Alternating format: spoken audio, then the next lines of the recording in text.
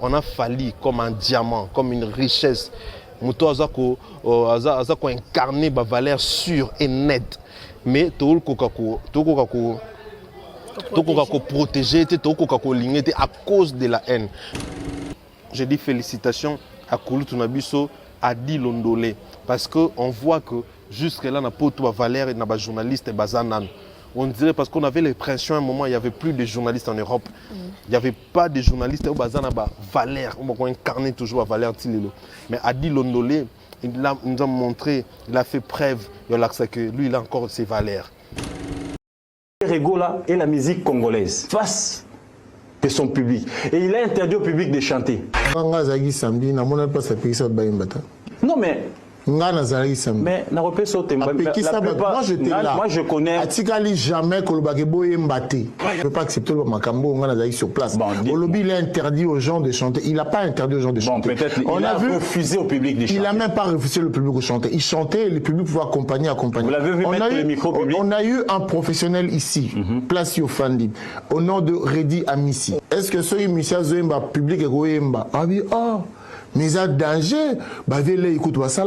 Et ça, la communion, très bien. Alors maintenant, on écoute le professionnel qui est Redi Amissi ou bien on écoute. Il a bien dit.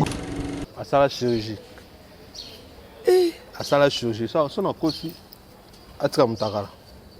Oui, Alexis. Ça, on a aussi Atika la nuit. Maman, comment Atika la nuit? Si. À moi, mon bal. À moi, si vidéo, Mutagala est au bimon, mon aki en haut. À moi, mon bal. Ah.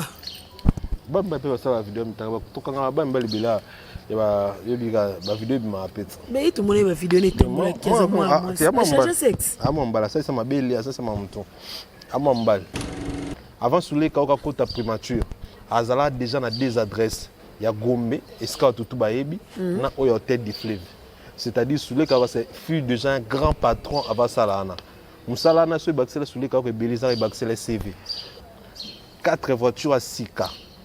Il y a danger, il y a luxe. Au soleil, quand on a 50 000, on a 40 000. Il y a la primature. Peu de fois que tu as primature, à ce moment, tu sauté. Quand il y a un Zoba, comme maman était, Zoba. Tout forcé à monter. Tout ça, là, c'est plus important. Au talakou, tu marques Zoba, Zaka, Zoba, c'est Zoba, Zoba. Tout forcé à monter. Zoba. Fallait le banc déjà. Zoba Zakaka Zoba. Zoba comme maman était qui zengi yazaki zengi. Promesse que je me suis accroché et j'ai pu tenir ferme. J'ai traversé la mer. Elle ne m'a pas submergé. J'ai traversé le feu. Il ne m'a pas brûlé. Aujourd'hui, je témoigne qu'il m'a accompagné tout au long du chemin. Et je suis finalement arrivé à ce stade de ma carrière. Moïse Billet au Stade des Martyrs le dimanche 19 mai 2024. Ticket disponible dans les agences Rebank et Illico Store.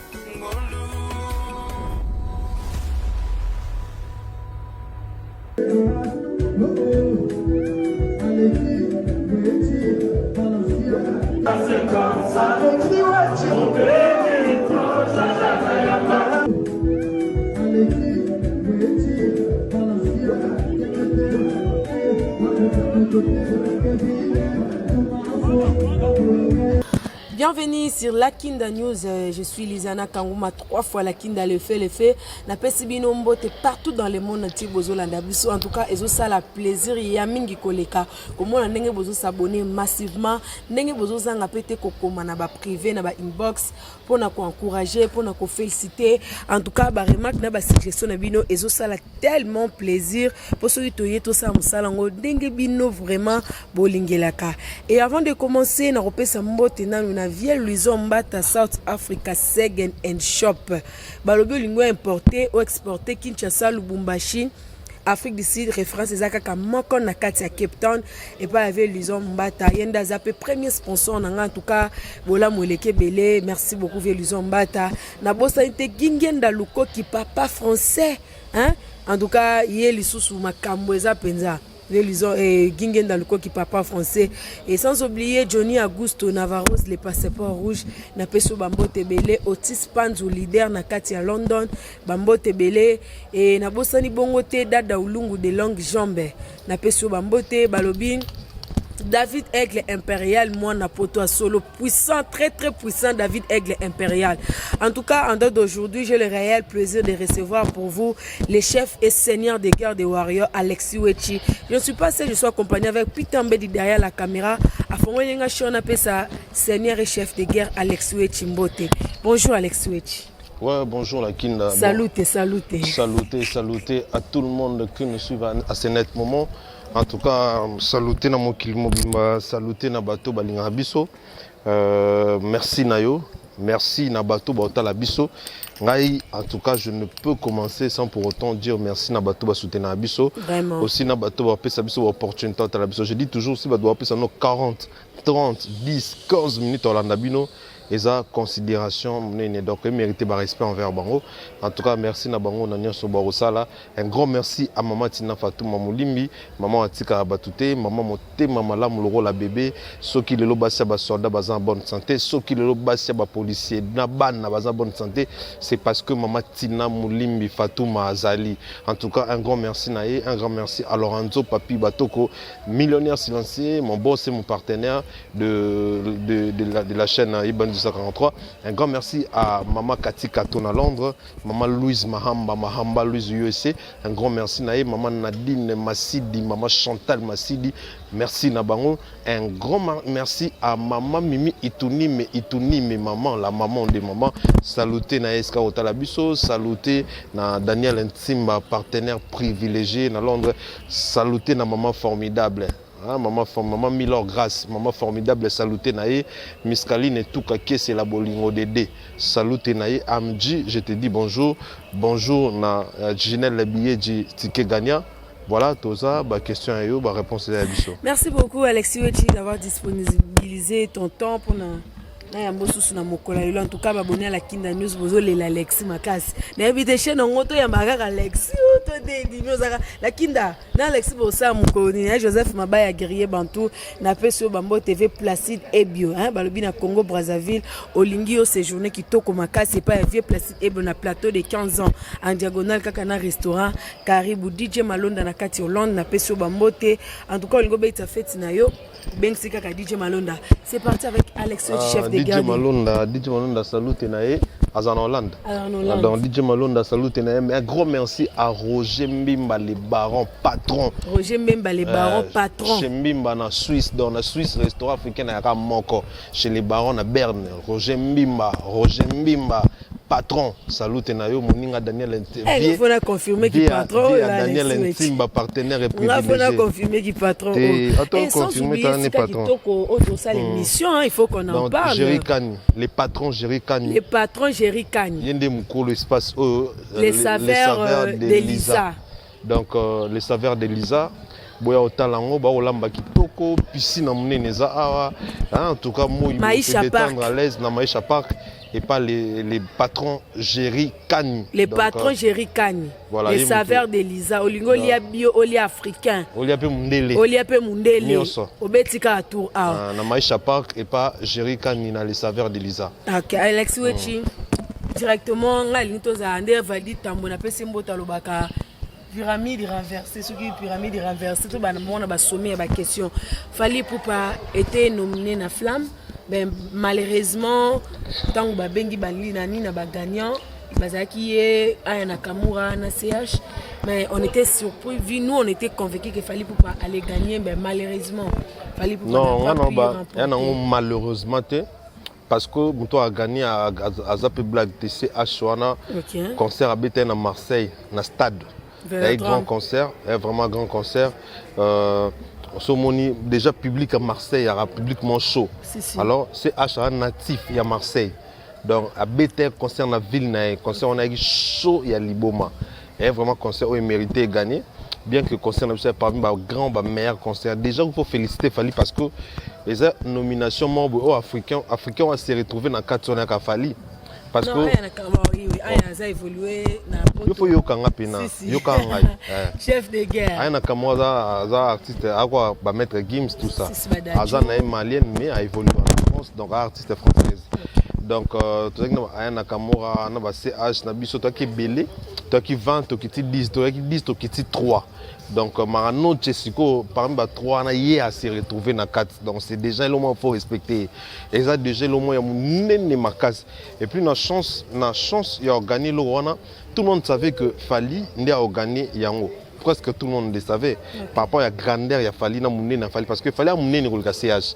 Mais si ko mundi la net mundi la kosa ate concert na biso ki maman na concert ou l'équipe a concert tout vraiment en Afrique actuellement na ba musicien tout ba bit en Afrique aussi na ba musicien bela Europe mais faut admettre que concert à CH concert moi qui tourne na mon ba image donc c'était vraiment waouh on comprend donc et bunda naki et puis concert à CH les cas biso quand même sur na moins 1 point pour exemple na deux concerts avec benado avec show ce sont deux personnes ba gagner on peut ça on va aller mais le quoi on faut moi gagner et on monte CH à qui mais il faut retenir qu'il fallait déjà tomber Bendé de l'autre côté. Aussi, Akika a été nominé, étant que légende, étant que grand artiste, pour ça à remettre prix. Vous allez comprendre. Donc, il fallait il faut tout respecter vraiment. Il faut tout respecter parce que ce n'est pas facile. Mouta outi na ba quartier latin, mouta outi na ba orchestre na biso à s'imposer jusqu'à niveau que na ba François na ba mo placé comme une légende française p. Pas une légende africaine mais on même pas ba mo kende na ba genre qui a légende mondiale. Que ba mo zo na ba Ramon na ba Lionel Richie, ba mo zo na ba Ramon na ba R. Kelly, ba mo zo na ba Ramon et ba minene à monde. Vous allez comprendre. Donc aujourd'hui Fally n'est pas légende que au Congo, n'est pas une légende que en Afrique, c'est une légende du monde. Donc les lobos comme à sur mon épée aux États-Unis, dans manifestation à qui aurait mettre très peu prix. Donc voilà, et je dis félicitations artistes et bravo à l'artiste. En tout cas merci na mingi. Il faut tout ça Fally merci. Pour la musique à Congo. Mais il y a des gens c'est la toi Babi Touro Congo gagner l'autre côté. Justement, c'est ça le problème. Pourquoi faut la cas Fally ne faut qu'on organise le même Fally au bozo boya, le même Fally au bozo critiquer. Quand il y a des bozo qui exigeaient pas qu'on organise là nous après. Sauf Fally qui a joué, Fally mutum ça qui n'a joué. Pour nani nka biso des photos qui n'a ratozwa. Tant que ça nous équipe nationale qui yende numéro 1 qui yende porte-étendard qui il est le seul unique représentant à Congo boya. Ah ce que tu as joué comme tu as joué que solo tozuite so mutaleki azali fa muto wa muso ki no zwa to muto so ba ndenge mako fallait que zo dans le moment qui beau rejoindre biso encore une fois il faut beau respecter Fally parce qu'aujourd'hui vous confirmez encore que il est le seul et l'unique qui obtient aujourd'hui les bâtons de la musique congolaise, de la musique africaine, plus particulièrement de la musique congolaise. C'est la raison pour laquelle tu vois Libanda bako bengaki Monsieur Congo. Monsieur Congo. Bako bengaki grand bako bengaki une légende. Les gars qui a fait le MC, les gars là, sa réaction à l'explosion. En tout cas, laisse tomber. Il a dit que non, ma main vient d'être serrée par une légende. Donc c'est quelque chose naïbité. Si vous avez bongo baza jaba grand bana ba jana ba notoriété dans l'espace culturel avant na France on a bazo comme fallo comme Michael Jackson mais bino a on a ça au moins un journaliste moko boy donc musala ka que journaliste na yebi ko sala ngote ayebi yango tamukete ça dit déontologie na éthique journalistique ana ngote mais au moins a linga boy ya Fally mais bato balakisa biso makambo na bato baleki biso ba ondimaka biso c'est bête et c'est vraiment la haine très mal placé.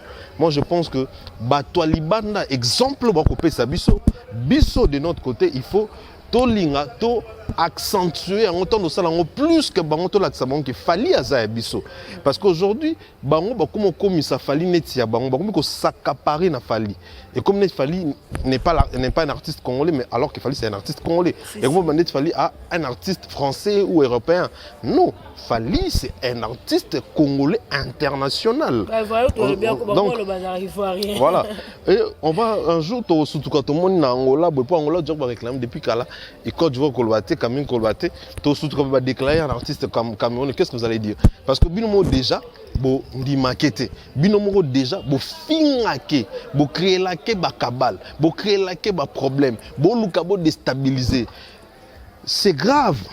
Dieu vous a donné un cadeau, une bénédiction d'un artiste comme Fally.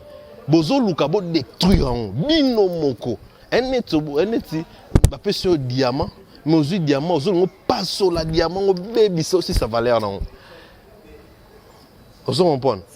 Muto mususu amonio osala diamant bongo na maboko no. Abengo libomat. Abandeni muto osala diamant bongo. Aibi Valère il okwaza na. Vous comprenez? Est-ce que ça pour anier lekele? O baib c'est que oh bozana diamant mais aboye des diamants ta pas solonka. Un petit biso congolais. On a fallu comme un diamant, comme une richesse. Muto azako azako incarner ba valeur sûre et nette.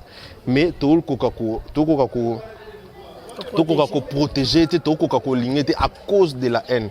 Pourquoi? Parce que on s'est dit Poanikaye, Yekaka, Bolbakaye numéro 1, Bolekis Nebiso Inepso pourquoi? Parce que beaucoup misake, Bolekisi, beaucoup misakaye, Tozoku misekakate. Tout ce qu'on dit dans le baron toujours, tout ce qu'on dit sur Fali, on ne ment pas. On dit que la vérité. Tout ce qu'on dit sur Fali. Là, il est parti à Flamme. Est-ce que à quelle Flamme t'as inquiété? Ah, si jouer comme un animal à remettre prix. À ça longtemps, ça l'a honté. Est-ce que tu as ça? Il y a des donc, tout ce qu'on dit, c'est la vérité. Mais le fait que jalousie est tellement intense dans les gens donc, moi, de mon côté, je dis encore merci à l'artiste. En tout cas, merci beaucoup. Il nous a encore honorés et représentés dans Liban Namboka. Merci. Il a honoré les Congos, il a représenté les Congos, comme le MC l'appelait, Messieurs les Congos. En tout cas, c'est toute une fierté pour nous. Et Alexis Wechi, l'artiste musicien Fali Poupa, on l'a vu à côté d'Emmanuel Macron une fois de plus. Après Bandal, là maintenant, on a vu l'artiste musicien Fali Poupa en train de jouer au Ndembo, au football. Tout le monde Emmanuel Debayor, tout le monde aussi d'autres légendes, d'autres personnalités. N'habité comme on a fallu pour pas à côté à grande personnalité. On est ça qui on est. Ngai, je ne suis pas étonné parce que déjà fallait ça, ce qui est plus grave que ça. Ça c'est rien. Bolingande au minimisant, mais boy baki à au minimisant, histoire retiendra que Fali un jour à Longola un président français a mis main à Kisasa, na cité.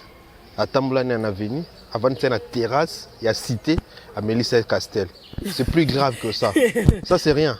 L'histoire va changer. Ouais, ça, c'est rien. Ce qu'il a déjà fait, c'est plus grave que ça.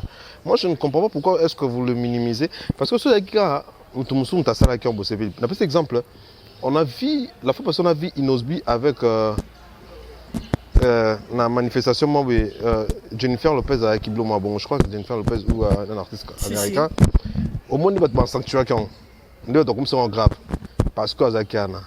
Maintenant, il fallait que featuring na R. Kelly, mais il va comme ça normal. Alors qu'à un niveau, il y a une notoriété, Robert Kelly est plus grand que Jennifer Lopez aux États-Unis. Mais Fali, il a reçu ça la collaboration directe avec Bambale. Le fait que Bolinga Kete, le fait que Bolinga a on a Congo comme ça normal. Oh, Fali ça là na Macron wana, ya ko longoli, ya ko ndima que ya ko convaincre yi. Ya bete tout na cité. Bongo qui va mêler Castel ba enjoy, peut idée ça bongo. C'est moi que ton Afrique na ni ba beli Fali star Macron nini, Fali ba beli mais idée peut-être qui va vendre ba mais la batambo la stafé. Donc ça on a Paris et ça maintenant normal. Vous comprenez? C'était plus grand. Donc ça dure que grandeur et artiste et puis l'artiste il a reçu de travailler son image et ça là que Lelo Azala vraiment bien accueilli dans le niveau que même roi a se sentir à l'aise devant Fali parce que Fali il a reçu d'abord de travailler son image. C'est un artiste qui a délire, qui a abusé. Quand je Fali, même sur le podium, quand les femmes montent sur la scène, tu ne vas jamais Fali toucher une femme d'autrui dans le membre. Parce que Azala bon non, il sait ce qu'il est en train de faire. Il est en train de soigner son image. Et c'est ce qui fait qu'aujourd'hui, Azala place sur Azali. Millions des milliers. Il est une des personnalités les plus influentes. Ce qu'il a fait, c'est grand. Mais Azala déjà plus grand qu'un bobo, ça n'a on peut mettre en honte. Il a été déjà invité plusieurs fois dans le sommet à sommet comme États-Unis et Afrique. Il a été comme un invité spécial. Il a chanté devant tous ces présidents-là. Et ils ont chanté. Et ils ont chanté avec lui. Donc Fali aujourd'hui, il est grand, il fait de grandes choses et ça a blagué. Vous comprenez? Oh, il a bien, mais il a déjà fait de ce qui est plus grand que ça. Et aujourd'hui, aux yeux de tout le monde, les gens ont compris encore que Fali, ce n'est pas l'ami de quelqu'un de Banioso, ils vont rien balouba. Fali n'est pas l'ami de quelqu'un de blagué. il parle avec Macron tant qu'ami. Parce qu'il vient vers Macron Nalitoi. Et puis Macron a Tcheboy. Ayoka. Ce n'est pas n'importe qui. Macron, c'est un président de la République française. Les colons Nango. France est parmi les grandes puissances. Et c'est Jarana Jet Set. Bazana Jet Set. Babat on a conseil de sécurité. On y a décidé. Vous comprenez? Donc, blague. Et Macron, il a deuxième mandat. Deux fois. Même François Hollande a des mandats. Mais Macron a sali des mandats. Donc c'est un grand. Il y a blague. Macron a solo Poutine. FM pas Bouddha appelle comme Poutine a Bouddha on paye. Poutine a deux fois dans le monde. Mais il donne son oreille à Fali. Ayoka o Fali alinga lobasoye. Il parle avec Fali des fois toucher pour c'est son ami. Alors, la considération, si on considère Fali bon, c'est parce qu'il sait aussi que Fali c'est un grand. Alors, considérer Fali t'es pour ça tout plaisir. Il sait qu'en face de moi, je suis avec une grande personnalité. Et puis, personnalité, où il a vraiment une blague. Où il peut falloir ça pour naïe Macron. Macron, on bosse en monter. Il fallait accepter de causer qu'il y a en Afrique, dans moment où c'était dur. Si, les gens ne voulaient pas de lui. Alors que Fali savait pourquoi il fait ça. Il ne le faisait pas pour lui, mais il le faisait pour le Congo. Bref année, il nous a ramené 80 millions de dollars. Bref année, il a fait ce que la musique reprenne en France. On s'en comprend. Donc, on a eu ton amour oui. Alex, pardon, au centué pour moi encore. Donc, ne pas bazo boya que si la musique ils ont qui font ça pour na falite. Te ba boya na bangote, bazo ça n'est ignorance, muta boya on va tout le monde laisser. Et puis ça le monde to bete la on débattre, to so la honte parce que to yebi déjà bon, neti to monde li pesa lipa mais bon ton son na binoke. O za lipa yo, te lipa te, mais biso tout le monde qui lipa. Non, to comme sinon to comme bazo même Bible ça, même la Bible dit éviter les débats inutiles. Si. Vous comprenez? Les Arabiens ti. Tu sais pourquoi le banamuto parce qu'on a un talibomate parce que mon talibom soit un indien muto salati azo réfléchir en envers donc moi boson on a été pas pour se comprendre et ça au moment où on a que non poli tellement que beaucoup mi ba aîné beaucoup ba zoba beaucoup ba aigri mais ça résultat non on va faire ba résultat non alors aujourd'hui Fali merci naé félicitations à l'artiste encore en tout cas les lots grandeur Azali, je pense que tu peux défendre Fali. On peut venir défendre Fali, tu peux défendre mais dans la campagne de l'Okuta. Mais à niveau de grandeur, il y a succès, il y a danger, il y a grand artiste, tout ça en temps à sauter. Parce qu'il y a beaucoup de œuvres et on laisse aujourd'hui que les œuvres parlent à notre place. Nous, on viendra défendre l'artiste pour si on va toucher valeur naïe babi c'est l'homme naïe campagne mal l'okuta mais aussi au moment de la musique il fallait aller qui en tout cas beau sur place na tiens mon hôtel mais la micro il ne faut jamais en tout cas nous comparer avec qui que soit ou carrément bol baki qui ngana na l'équipe sur ton limi na biso tout ça se débattre mais d'accord comparer to lingi na biso ndete bol baka mo to l'équipe ton limi voilà Alex Wechi Lyon et Bordeaux ni numéro déjà essilé babillet on a souka na Lyon. Na Lyon, en tout cas, on a souka là. On va bientôt annoncer les sold out. En tout cas, je dis encore, je ne cesse de féliciter les Warriors du monde entier qui aujourd'hui, ils ont montré leur preuve d'amour envers l'artiste. Jouer à Lyon, ce n'est pas facile. Jouer à Bordeaux, ce n'est pas facile. Et aujourd'hui, Fali a reçu les paris. Nous sommes restés avec 100 billets, je crois, 100 ou 120 billets. L'artiste Fali, puissant qu'il est, grand qu'il est, il a les fanatiques partout dans le monde, même dans Lyon, même dans Bordeaux, partout on a les fanatiques. Bref, il y a tout le monde à Lyon. Place où c'est un peu difficile pour tout le monde parce que je signale et je confirme ici que c'est 16 000 places, blague, il y a à peu près. On s'en comprend. Mais l'artiste Fali Poupa, il a reçu de vendre tous ses billets et aujourd'hui nous sommes restés avec 100 ou 120 billets. Donc, non, voilà, il faut s'appeler des salamis. Si. Mais on dit sold out et salami, ce qui n'a mon imano, n'a pas Madina, balobi sold out et salami. Tant que nous balobi on mais il fallait battre son mangon pour qu'il ne concert. Et là, par là, je veux directement lancer aussi le message à tous les Warriors du monde entier. Vous avez acheté le billet pour Lyon, je vous dis félicitations, bravo à vous. Maintenant, nous sommes restés avec Bordeaux. Achetez vos billets massivement pour Arkea. Achetez vos billets, achetez vos billets. Je sais que ça nous reste encore 2 mois, mais il ne faut pas attendre 2 mois pour acheter les billets ou pour faire les sold out. Donc on peut faire le sold out avant qu'on arrive le 13 juillet. Alors je vous demande et je vous demande et je vous booste encore d'aller acheter vos billets. Il ne faut pas entendre. Il ne faut pas entendre. Achetez vos billets massivement pour notre concert de Arkea, Arena Arkea à Bordeaux. Donc à tous les Warriors du monde entier, force à vous et courage et félicitations à vous. Si Dieu nous fait grâce, là on sera avec vous ensemble, on va faire des émissions, tout ça, pour accentuer encore le buzz, accentuer encore l'actualité sur nos 2 concerts à Arkea et LDLC Arena de Lyon. Voilà. Merci beaucoup Alex Wechi, tous les Warriors du monde entier, déjà seigneur et chef de guerre, mot d'ordre Pesami. Il y a nos billets, na yote ba billets déjà, ezote kama bobi déjà ba site oeza certifié, bisika bozoka ba billets na bino, bokende kosomba ba billets. Alex Wechi double stade des martyrs. Ça s'annonce comment? Tout le monde qui fallait pour pas na Souleka Ouka na Etel Ngombe na ministre na biso ya Papa François Kabulo. Kabulo Papa François Mwana Kabulo. Voilà. Photo na déjà ilingi ko tike biso mukie papa Kabulo ba qui fallait déjà qui ko consulter na habité Alex Wechi. Non, déjà vous devez savoir que Fally Ipupa c'est un artiste très professionnel. Quand il annonce une date, en tout cas ça rate très rarement, pour ne pas dire que ça rate jamais. Ouais. Ça rate très rarement.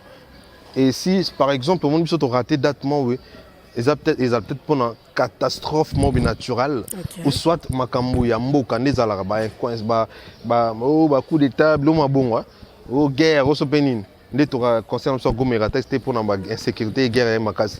Donc nous quand to tsaka ba date na biso ils ont vraiment calé pour des vrais, il y a ma blague. Et si vous avez vu la Fally Ipupa avec l'artiste, avec Souleka Ouka par Zuzumi, Likimote Mapembe, avec Etel Ngombe, il y a beaucoup plus organisateur concernant le stade de Beta, parce qu'il faut signaler ici Etel Ngombe organise stade de Martyr, et puis il organise stade Massamba Débat. Il est vraiment, c'est un grand professionnel, c'est un patron d'une agence de communication qu'on appelle 360. Donc c'est lui. Donc c'est vraiment son travail. S'il fallait aujourd'hui travailler toujours avec lui, il sait pourquoi il travaille avec lui. C'est un grand professionnel. Moi je connais Etel il y a longtemps parce que moi c'est ma monde quoi. Je viens de là, c'est mon monde. Je viens de là, je travaillais dans l'agence de communication Ebélé. Okay. Donc Etel, on se connaît depuis même avant Mama Fally. Je le connais ce gars, c'est vraiment un professionnel, il connaît très bien son travail. Charlemagne Mayas, lui aussi, c'est un professionnel de la com. Donc, parmi les organisateurs, il y a Ngamwana, il y a Azara frère, il y a Etel Ngombe. Voilà raison, voilà pourquoi. Donc, ce sont vraiment des gars très intelligents. Ils travaillent bien, c'est leur travail, c'est leur job. Donc, je salue. Alors, présence notamment, comment on a avec les ministres, c'était pour finaliser tout ce qui est comme autorisation, lettre, tout. Donc, tout. Et là, je pense que c'est bon. Et ça reste qu'il a fallu de nous confirmer la date. Les dates, plutôt, parce qu'on a 2 dates. Donc, je pense que cette fois-ci, il va vraiment confirmer les dates. Vraiment sûr. Et les gens vont voir, on va commencer bientôt à communiquer sur ça. Mais les gens disent que non, voilà Alexis, est-ce que vous en avez retardé? Les gens ont retardé, Mambo, ça, là, voilà, Calamine, août, juin, juillet, août, est-ce que.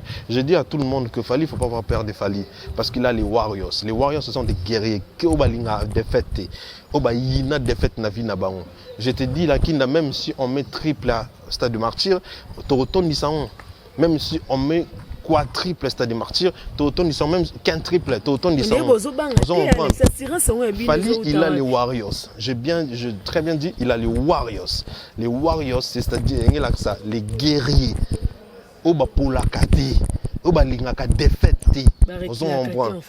Nous sommes des Warriors. Donc, n'ayez pas peur pour nous. Biso etonda. Biso tous les démartures etonda parce que déjà dans l'estimation, on a plus de 10 millions de Warriors. Parce que Kinshasa, il y a Pamba, c'est estimé avec 18 millions d'habitants. Okay. Et les Warriors, tu as 10 millions d'habitants. Et 10 millions, parmi les 10 millions d'habitants, les Warriors, et si on a 10 millions, on a 200 000 caca. 300 000 kabaya. Tu vois pas que il y a un Mouké. Et puis, les cours dans les bateaux à Brazzaville, il y a un bateau à Angola, il y a un bateau à Lubumbashi, il y a un bateau à Kolwezi, il y a un bateau à Goma, il y a un bateau à Matadi, il y a un Point Noir, il y a un bateau partout dans le monde, surtout à Brazzaville, je vous love, Brazzaville, Point Noir, Brazzaville, Mobimbaka, Katisebele, Angola, Kutukolo, Batelwanda, Bakoya Ebele. Poto kolobati ba mama Louise Mahamba ba oya ba Matina Fatouma Mulimbi ba patron lo mama Matina Fatouma patron mama Matina Fatouma mutambongo mama mozala mbongo ne belé donc ya blague te Matina Fatouma na éviter ça là ne pose ba te belé la charge na éviter quoi ba to mama Matina Fatouma ozon ban ba oya et puis ba billet déjà ni na bo mama Matina Fatouma c'est Alexis fo somba 1000 billets pour na bato.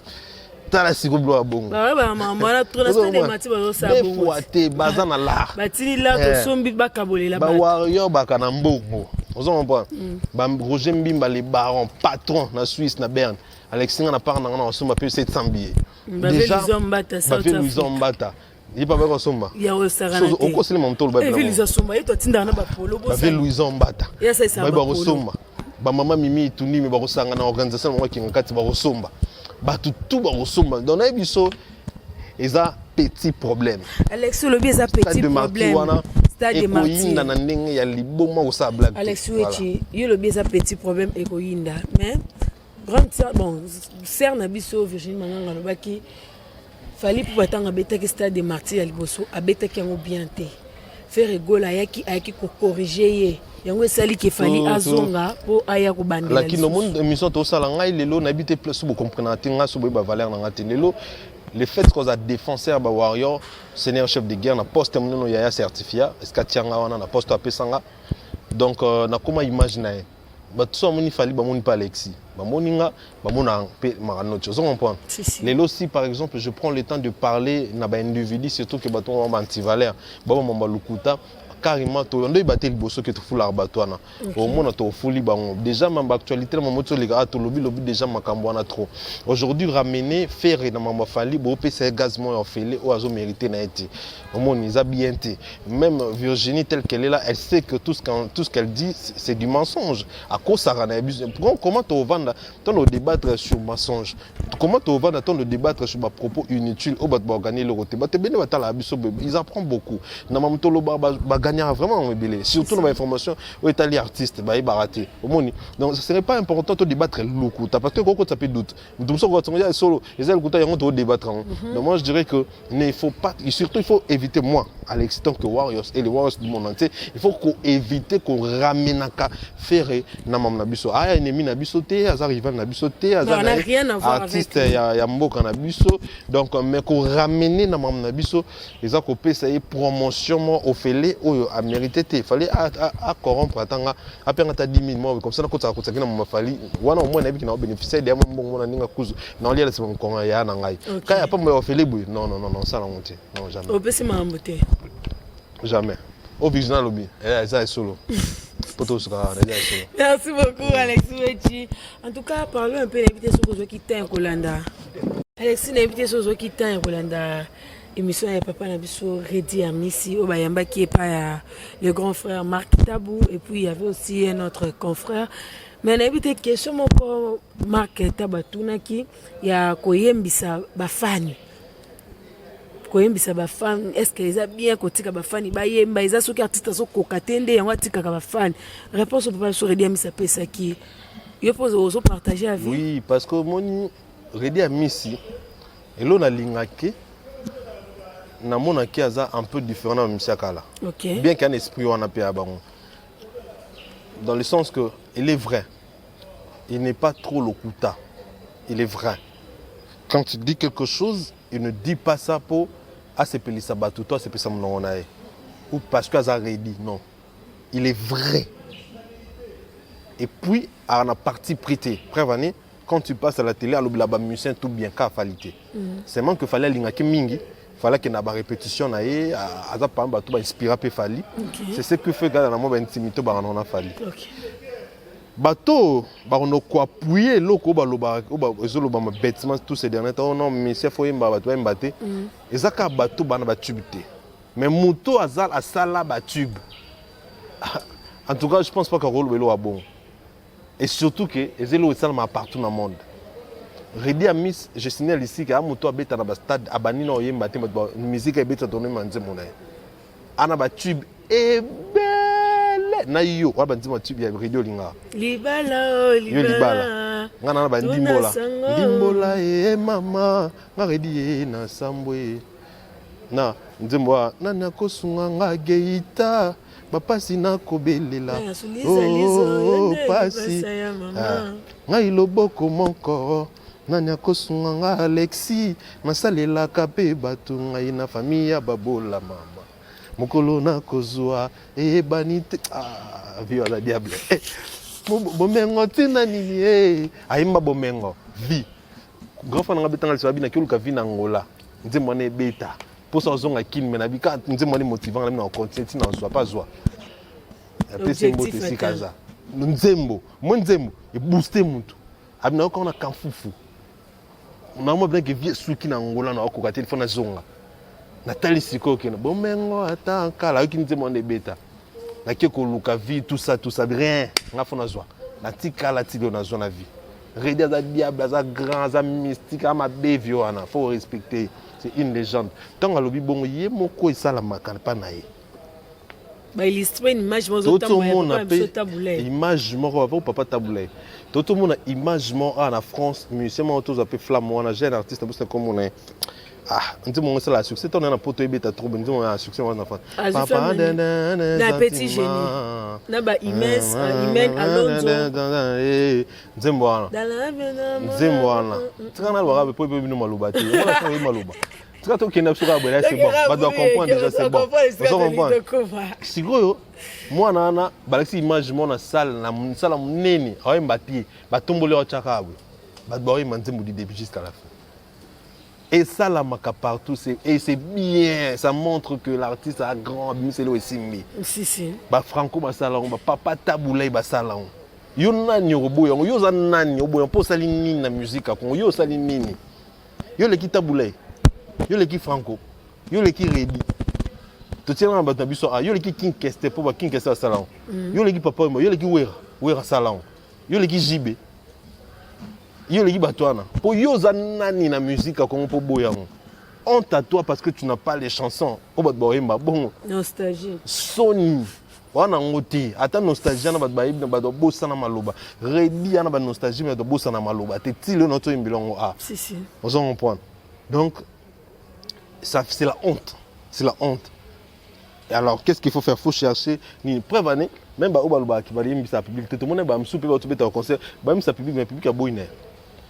Bana ba souci wana bana posa wana parce que musicien to linga bongo mais public a boyi po ayebiti aboyite mais public a yebi nde banze monte on te soutient par pitié on te soutient par pitié on te soutient parce que on n'aime pas Fally parce que on combat Fally voilà la raison pour laquelle on te soutient mais parce que tu n'as hormis banzembo tu n'as rien à tirer au hôtel même ta gagne pas ses pelles exact.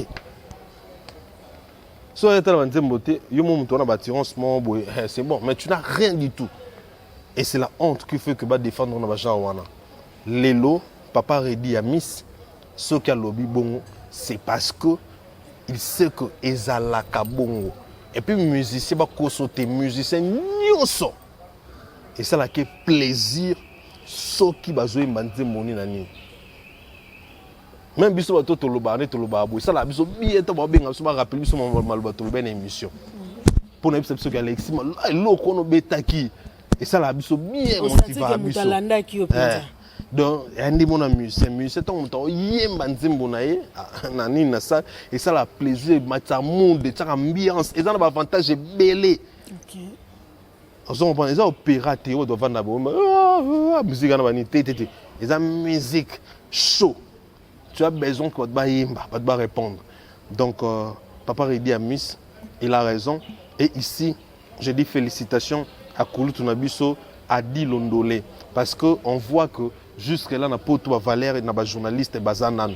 On dirait parce qu'on avait l'impression à un moment, il n'y avait plus de journalistes en Europe. Il n'y avait pas de journalistes au bazan ba Valère, on incarnait toujours à Valère Tilelo. Mais Adi Londolé, il nous a montré, il a fait preuve de l'accès que lui, il a encore ses valeurs. Et il ne veut pas Coco t'as toujours la bêtise à regarder toujours des voilà, je viens pour dire que non, pour rien. On ne peut pas accepter de bêtises parce que tu as une affalité. C'est ce qu'on voit souvent à la télé. Le fait que toi tu n'aimes pas Fali, même s'il dit la vérité, même s'il ment, il ment tes téléspectateurs, à mentir au public parce que il a affalité. Ça n'a pas de sens. Ça n'a pas de sens. Pourquoi tu as un niveau de éthique et déontologie, tout simplement parce que tu as un manque envers un artiste quelconque. Tu ne peux pas accepter que tu les plateau, tu ne peux pas accepter. Et tant que professionnel à média, tel que je suis là, si je te reçois et que tu dis n'importe quoi, tu dis la mensonge, tu dis les mensonges même sur artistes et tout lingui, na biso bina la kinate ezaki boy et salama ki boy pour na respect à bato barota la biso. Et les gens qui nous suivent aussi, bêtes qu'ils sont, pas trop bêtes, n'a pas défini bon na monine, mais bato batala biso to batala bato misus ermoro tant mutum sa ba vérité à la lokuta pour diminuer musicien pour y aller dans musicien tazo c'est la paix. Oui, on a raison.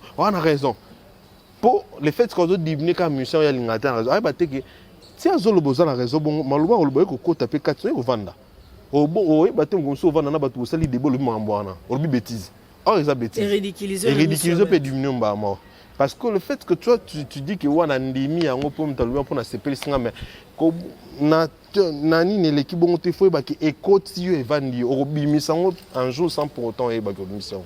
Donc félicitations à Adi Londolé, ils nous ont montré encore une fois que c'est un grand.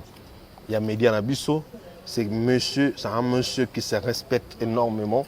Et voilà la raison pour laquelle il ne voulait pas que grand culé aussi, que moi, je suis ça, ça, na banzala na ya makasi ya kikuna donc ando kosa kira bêtement boy. Et vous n'avez pas ça qui n'a pensé. Et puis moi pas ça qui on a. Tu mens l'opinion.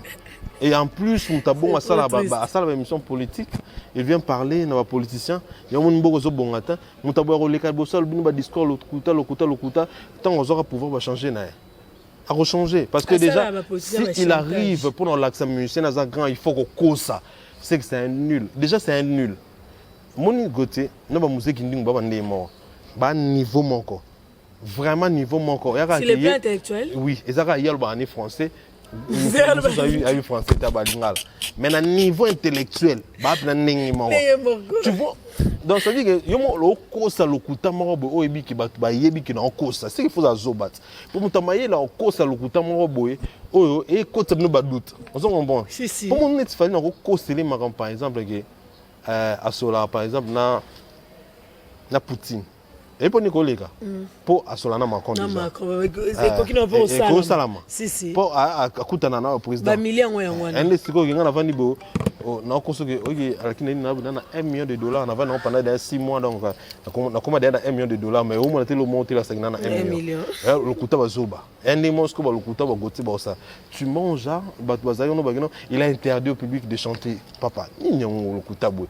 Et alors, Adi Londolé, nous avons félicité Makasi en tout cas parce que il a recadré Penza Gauthier c'est un niveau na. On monte comment qui roi Zoba yolé là. Nathalie Kingo kondi lisusu muté. Il y a Boula qui vient à participer na Zoba na ba accompagner. Parce que on monte le fait que na feeling na marque pour marque azana aîné. C'est un monte a perdu des valeurs toi comment na a suma il était. Donc le fait que nous qui derrière Diona hier a voulu Adi Londolé pas côté na bêtise na. Il y a un bêtise Adi Londolé bi na kokota na poto oyo te bolimbisanga à se retirer. Donc félicitations à Adi Londolé voilà. Bosana kokata na montage. Merci beaucoup Alexis Wechi toujours kaka to bien sous les cameroun to moni vidéo moko papa miso ready a misa sali kaka na mission basala ki wana na ba vie na biso wana totangi ba kombo alobaki que moi si artiste ya ndako esengete aya kaka na ba concert mais tomoni bato ebele bazwaki yango na basens ebele ebele bakoma ekoya koattaquer la femme de Fally Ipupa qui est madame Nana Ketchup. Mais tomoni susu kaka papa so Redi Amisa ye kosala vidéo mpona koexpliquer abi bo profiter na sima ya vidéo na été na ebite Alex Weti ton commentaire. Donc Redi Amisa lobi mamoye mana na public tout ça bomonongo bolection. Tant obili kamo qui na a ciblé ne Fally te boye wala. Papa Redi Amisa sera lobaki bongo Azan a raison parce que moi bastar ba musicien ba bato non un mamu il est trop na podium so moi som tema makasité on a confiance ya mobali noté en tout cas aussi lika conseil wana et il attendait pena ba musicien misusu parce que ba musicien sou bana ba 30 bana na ba 30 basi différents. Ah bon? On on prend beau bien monté. Oui bien monté. Même la génération va Fally. On prend donc du coup ne bazana ba na confiance ya mibali na bangote. Normalement il fallait conseil au papa Redi Amisa pesi, il fallait l'attendre bango. Nana Ketchup pour ya conseil il fallait les loti lobby et que ça les côté ya la confiance totale à Fally donc nana tu péter jamais pas moni maranoche na podium boss na parce qu'il a confiance à son gars. Mobali Nana Ketchup respecta comme moi ce n'est makasi. Atia comme moi ce n'est place où il faut atiaye. Abota peka kana Nana Ketchup na moi quelques 2-3 personnes et si vous en comprendre. Donc et plutôt abota 3 personnes qui abota na basimi balé. Si. Ana banani o abota na moi soso. Ape na bana o aboti na maman Nana Ketchup et si to ebika bango puis ba beaucoup la bien ba ko la harmonie baza bien. On s'en comprend. Donc conseil wana ezaki eza bien makasi na plus batanga kuma maman Nana Ketchup exemple basa mabala il faut batanga kande ba kombo ya mibali na bango batanga en tout cas eloko wana il faut baloba que non papa oki o Redi a lobby vous comprendre maman Nana ko ya concerné mutema ni lingi ndenge mutema na ye elingi ana confiance en maranoche ana confiance en mobile na ye donc il faut pena ya kapena encourager maman ya kaka pour à se divertir c'est une façon de soutenir mobile à moi ça liboso ta qui na ba concert et na ba c'est belé artiste américain qui na ba concert et ça là papa Redi Amisa a pesi conseil wana pona basi misusu ba vraiment la confiance en mibali na bango te ba bota mibali na ba ndumba trop ba na ba n'importe qui ça conseil a pesi bango indirectement et ça eloko ezo l'attendre bango mozo tabisota en tout cas mais après le roi n'a beaucoup le côté ça pour temps Fally tout le monde a Fally tout le monde a Fally il faut voir les bases ne sont pas Fally il faut voir ne sont pas Fally pour zapper na moins impact dans et sage que les papa Redi Amisa a recadré bango pour leur dire que non en tout cas beau 2000 à propos n'a raté lui il a donné son conseil comme un grand monsieur comme moto par exemple kolo lisusu et voilà et beaucoup plus ce qu'on a orienté puis nous le bien et que beaucoup plus c'est pas basi oyo mibali na bango baza bandumba balingaka bana misala na bango balingaka ba danseuse balingaka ba chanteur balingaka ba youtubeuse balingaka ba konifwati ba bota partout pour na biso ça pour na biso tu sais et voilà ta bango de trop il fallait bango en considération et puis en tout cas ça concerne malamu au papa Redi Amisa pesi donc maman Nana Ketchup n'a rien à voir pour mobile na intègre et puis mobile na respecter donc voilà. Merci beaucoup Alexis et surtout que Fally Ipupa yé moko pe a respecter la basi na ba scène donc moi c'est sûr ka mati likolo ya scène a me karape kozala na ba requil en fait et pour chiter Alexis qu'est-ce qui se passe entre Mama Congo na ba warrior tomoni Mama Congo koya ko tomboka na ba réseaux sociaux koya ko finga koya ko loba ba n'importe quoi à l'égard de l'artiste et musicien Fally Ipupa na oyaza jeune frère naye Soule Kauka Alex Weti kambongo ezanini Fally asala nini ngamuni ni Fally amema pour azala insulté sur la toile sur la place publique oui Mama Congo na ana mo mbalo ebi. Ah bon? Ah mo mbalo. Oh. Yaza ka papa Kim Kardashian. Asala chirurgie. Asala chirurgie. Ça na kosi atika mutakala. Olobi ni Alexis. So na kosi atika la nuit. Mama Congo atika la nuit. Si, ah mo mbalo. Ala moi si vidéo na mutakala to bima mona ki yango te. Amo mbalo. Ah. Bamba pe basala vidéo mutakala to kanga bamba libila. ba vidéo bima pete. Mais tout le monde va vidéo net moi changer sexe. Mbala ça m'a belé ça m'a mouton. Mbala mais à la contre non ya Soulé Kaouka, je dis et je rappelle ici boy parce que elle a dit que Soulé Kaouka a profité d'influence. Si a ça na primature que Soulé Kaouka a bon dans l'état. Ay baboy. Soulé Kaouka patron va ça na primature. 4 voitures à 6K. Il y a danger, il y a luxe. Au Soulé Kaouka, 50 000, 40 000. Aya nango na primature.